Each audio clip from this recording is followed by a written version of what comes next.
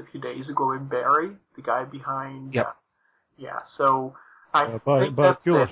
The reason it's called Quirk, it's kind of a testing or kind of a play about. I haven't read it too closely, but at first it was a very funny name to call a distro until I realized what the distro was about, and then I just, that's intentional.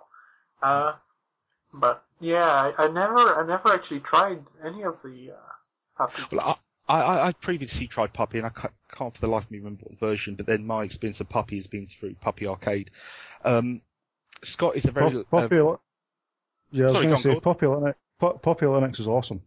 It's basically Yeah, but the older Puppy, when it was it was all Slack compatible and things. It's not based on Slackware, but Slackware compatible. Puppy Linux is awesome. See, if you need a little USB distro with your own save file, where you can keep all your settings, you want something that's really light, that runs on old computers. And saying that, the thing was, old computers tend not to be able to boot from USB, so it's another issue. But yeah, Puppy Linux is awesome. So yeah. Which moves nicely onto the bit I was going to mention about the size of the download. Puppy Arcade is approximately 106 megabytes in size, so it's not going to take you very long to download it. Ships as a live CD. It can be used as a live CD quite happily, although it does have the option to throw it onto your hard disk very, very simply if you require. I'd recommend anybody. Just a little bit of side sort of caution on Puppy. There's a couple of issues with Puppy. It's just the way they do it. There's nothing wrong with it. It's just the way they choose to do it. First, the package manager. When you most package managers in Linux distributions, you can queue up lots of different applications and then hit install or apply or whatever, and it does them all in one. Puppy doesn't do that. It's when you click on something, it goes and automatically installs it, so you have to wait until it's finished installing one before you can install the next. So that's one kind of annoying thing. The other is Puppy runs as root by default, to make it easier, essentially. So there is guides on the Puppy forums for switching it back to a regular user. There's every Linux distribution except for Puppy runs as a user by default. Puppy runs as root by default. So just keep that in mind. The Pardis, the Turkish one. I've not tried Pardis, but yeah.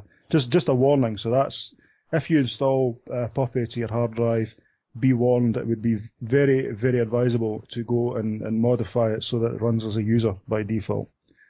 I think in respect of Puppy Arcade, it's not intended as a desktop distribution in the traditional sense, shall we say. It's got everything included. Every emulator is already pre-packaged and ready to rock and roll from the taskbar. So I think it's more intended as somebody's cabinet project, or maybe even just rescuing an old piece of hardware. And I know that with all the new releases, and I think there's been 5 releases of Puppy Arcade this year. I believe version 5 was released around February time, and so now obviously in December we've got version 10. So it's pretty well maintained and updated, and it doesn't need to be connected to the net. Once you've downloaded the ISO and burnt it and loaded it up, that's it. You're ready to rock and roll. The same with Super Gamer. I think had a release or a review quite recently. You know Super Gamer? Have you? It's a huge DVD-based. I saw a mention of this. There are several of them, and they contain about 4 gigabytes of games and things. Yeah, I mean, personally speaking, I'd be a little apprehensive about having 4 gigabytes of the stuff. I'd like to be more selective and not have just a large choice all in one go. I mean, what's Puppy Arcade, what I should say is obviously because it's derived from Puppy, it's quite happy to be a desktop distro in its own right, but I don't believe that's Scott's main intention for it. And it's a great distro, it's something unique. I can't think of any other emulation distro out there like this. So very, very nice for rescuing an old PC and having a bit of retro fun on it. Certainly brought back a load of my childhood memories because the machines go back to the Atari 2600. So yes, very, very good. That is all the packages and things I have to cover. I believe Roy and Gordon, we've covered the news. So if Yeah, we're all... we have a pretty important issue, though, is Yes.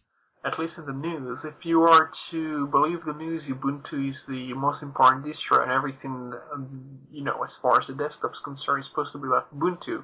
So there was quite a lot of coverage because L&W from Fedora was talking about Unity in Fedora. And as you know, there was lots of friction because Fedora was working on the GNOME shell, and then Canonical was trying to put by default this thing called Unity, which wouldn't be used just for portable devices, but for a future version, possibly 11.04 of Ubuntu.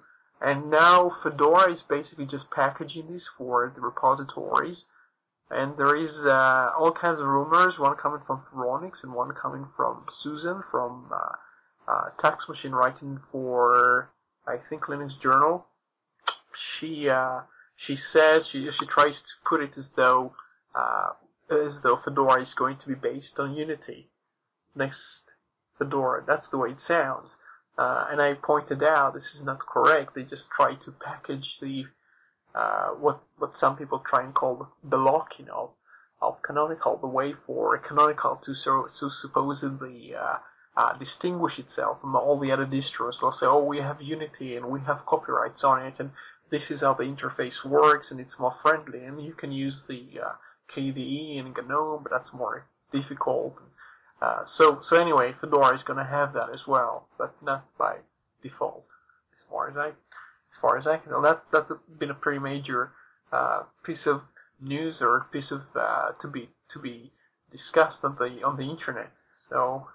I mean, any time I hear people get animated, shall we say, about Unity and GNOME Shell and getting a bit panicky that they're going to have to choose between them and whatever, those are the points where I sort of step back and say, well, on a personal user level, it doesn't really affect me because I use XFCE. I don't use GNOME. So personally, it doesn't affect me. I mean, I'm interested. I think there's a lot of stuff around that, but I mean, as far as me having to adapt, I use XFCE. So unless XFCE turn around and say we're splitting and we're doing something like that, then I have to start taking a bit of an interest. But that's just the selfish viewpoint, There's more news related to it. I was just going to mention that the GNOME shell is getting more kind of zeitgeist integration. That's the indexing type of engine to deal with trying to get access to files more quickly. And then you had the first alpha version of Ubuntu 11.04. And at the same time you have this thing, if you can remember Linaro, there is 11.05, which I suppose means that it's going to be released in May 2011. And that's the first alpha as well. That's the ARM version of Ubuntu, or at least the ARM-based version that's supposed to target certain types of devices, perhaps mobile devices. Yeah, I think it's all. I've not seen anything about that. I mean, what I think is also a bit premature when people are judging GNOME Shell and they're judging Unity and all that. They're looking at very early releases, some almost like prototype releases. Yeah, it crashes a lot, they say. Yeah, they're judging that and saying, I mean, I've heard people say, I hope Mint doesn't switch to Unity because it doesn't have any, there's no real features there. I'm like, hang on a minute. Unity is just a brand new thing, I mean, give them a chance. Same with GNOME Shell. Some of the features aren't in GNOME Shell. Well, what do you expect? They're still early in development as well. I'm sure both projects, and really all projects. To be fair, before we have nitpickers talking about the show, it's actually approaching 1.0, so it is quite mature, and I think it could be released very soon. So maybe the next one. Okay. I know we've spoken a lot about Nintendo and games and arcade and things like that. The next PlayStation, do you remember the big PlayStation 3 situation with Linux? Them removing the Linux support? Yeah. Well, guess what the PlayStation phone is going to run? It's going to be Android, apparently 2.3, so that's gingerbread. And I cannot